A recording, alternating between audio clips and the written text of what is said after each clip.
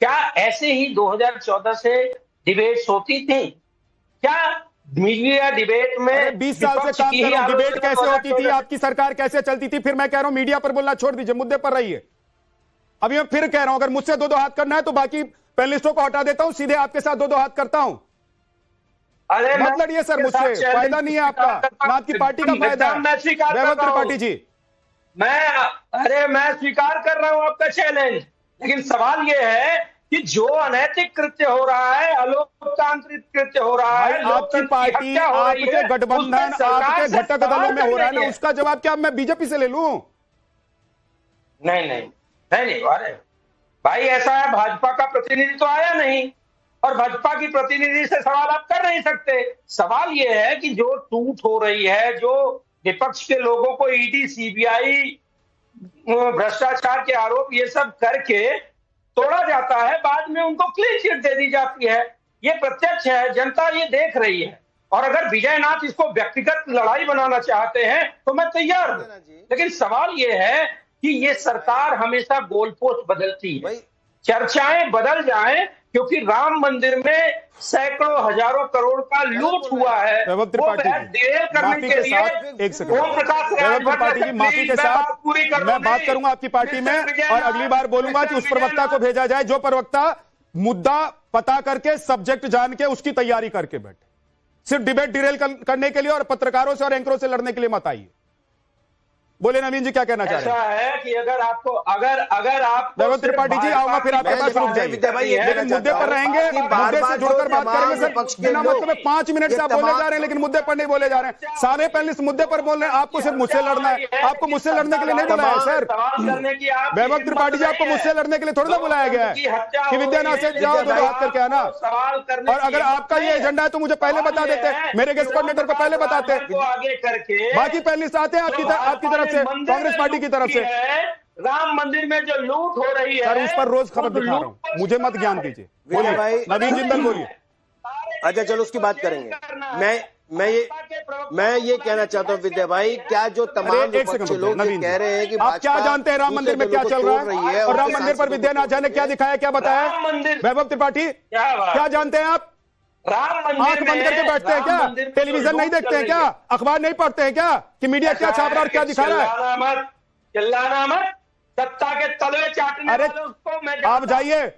आप जाइए जहां तलवे चाटते हैं, और जिसके चाटते हैं उसके चाटिए। वैभव त्रिपाठी, मैं फिर कह रहा हूं, मुझसे मत लड़िए, फायदा नहीं होगा आपका, ना आपकी पार्टी का फायदा होगा। आपको पार्टी भेजती है मुद्दे पर डिबेट करने के लिए, एंकर से लड़ने के लिए भेजती है, तो पहले बताया कीजिए कि भाई आज एंकर से लड़ना है, मुझे एंकर से सवाल जवाब करना है।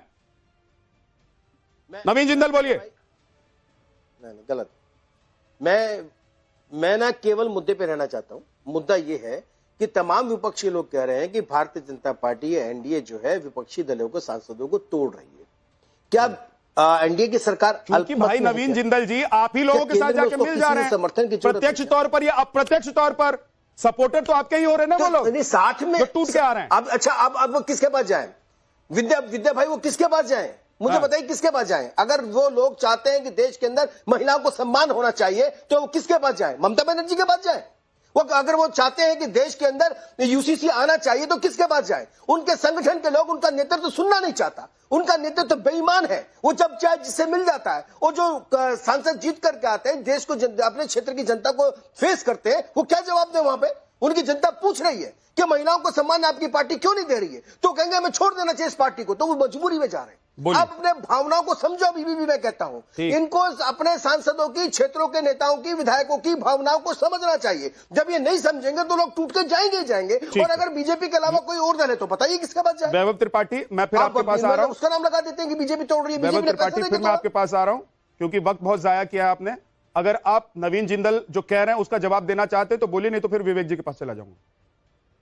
देखिए, ऐसा है कि ये सारी चीजें प्रायोजित है। अजीत पवार भ्रष्टाचारी थे, मोदी जी ने गला फाड़ फाड़ के कहा था, और जैसे ही वो भाजपा को समर्थन करने लगे सदाचारी हो गए। हेमंत बिस्वा शर्मा भ्रष्टाचारी थे, भाजपा में शामिल हुए, सदाचारी हो गए। शुभेंदु अधिकारी भ्रष्टाचारी थे, भाजपा में शामिल हुए, सदाचारी हो गए। शिवसेना के खिलाफ इन्होंने प्रस्ताव पारित किया। नवीन जी बीच में मत बोलिए, नवीन जी बीच में मत बोलिए, उनको कंप्लीट मिनट बाद हमको जब समय दिया गया तो सवाल यही है कि जितने भ्रष्टाचारी होते हैं भाजपा का या तो समर्थन करते हैं तो सदाचारी हो जाते हैं, या भाजपा में शामिल होते हैं तो सदाचारी हो जाते हैं। ये कैसे? ये सवाल जनता का है। अगर इस सवाल पे विजय जी बात करेंगे तो जनता को भी अच्छा लगेगा, लेकिन मामला ये है कि राम मंदिर के लूट के आपकी सुई अटकी हुई है। मामला ये है वैभव त्रिपाठी, फिर बीच में आपको टोक रहा हूं, कुर्बान अली जी,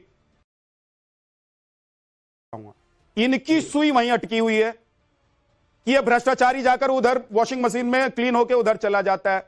सवाल यह है कि अगर आपका नेतृत्व इतना मजबूत है, आपकी पार्टी का गठबंधन इतना मजबूत है, तो भी अगर कोई तोड़कर ले जा रहा है तो सवाल क्या बीजेपी से पूछा जाएगा कि बीजेपी तोड़ रही है?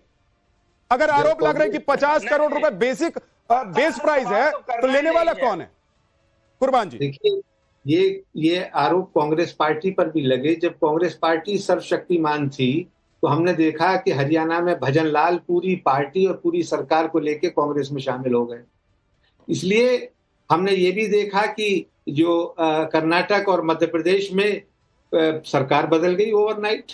तो आखिर ऐसा तो नहीं है कि ये सब बहुत अच्छे मन के साथ हो रहा है या कोई बहुत अच्छी नैतिकता के साथ हो रहा है या कुछ नए मानदंड राजनीति में रखे जा रहे हैं। ये सीधी सी बात सरकार को मजबूत करने के लिए हो रही है। अब ये पूरे देश में इस बात को समझा जा रहा है कि भारतीय जनता पार्टी चूंकि 240 सांसदों के साथ जीती थी, उसको अपना बहुमत बढ़ाना है। राज्यसभा में भी तोड़फोड़ की जा रही है, लोकसभा में भी की जा रही है, और इसके लिए जाहिर है कि वो पार्टियां जिम्मेदार हैं ही। विवेक जी आखिरी 20 सेकंड, ठीक है सर, कुर्बान सर ठीक है। विवेक जी आखिरी 20 सेकंड, अब वक्त नहीं है मेरे पास, कि अगर मान लीजिए आप लोग आरोप लगा रहे हैं कि बीजेपी तोड़ रही है, बाकी कोई दल एनडीए का जो है वो तोड़ने की कोशिश किसी पार्टी को कर रहा है, तो आप लोग क्यों टूट जा रहे हैं भाई? विवेक जी देखिए, झा साहब आपने एक बहुत अच्छी बात कही कि अगर आपने बहुत अच्छी बात कही झा साहब कि अगर आपने कहा कि अगर 50-50 करोड़ रुपए में सांसद खरीदे जा रहे हैं तो आप लोग बिक क्यों रहे हैं?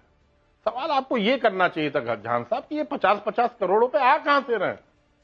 कहां से आ रहा है ये काला धन? क्या मंदिर का चंदा चोरी करके आ रहा है, या गौ हत्या जो हत्या करते हैं लोग, बीफ कंपनी कराते हैं, उनके चंदे से आ रहा है, या आप लोग जो जुआड़ी वाले कंपनी से पैसा लेते हैं वहां से आ रहा है? आपको सवाल ये पूछना चाहिए कि आखिर ये 50-50 करोड़ रुपए एक सांसद विधायक को देने के लिए कहां से आ रहा है? भारतीय सवाल का जवाब आप ही लोग दे सकते हैं। कितना भ्रष्टाचार हो रहा है? इस सवाल का जवाब आप ही लोग दे सकते हैं, क्योंकि आप ही लोगों की तरफ से बताया जा रहा है कि 50 करोड़ बेस प्राइस है और हर महीने 1-1 करोड़ रुपए मिलना है।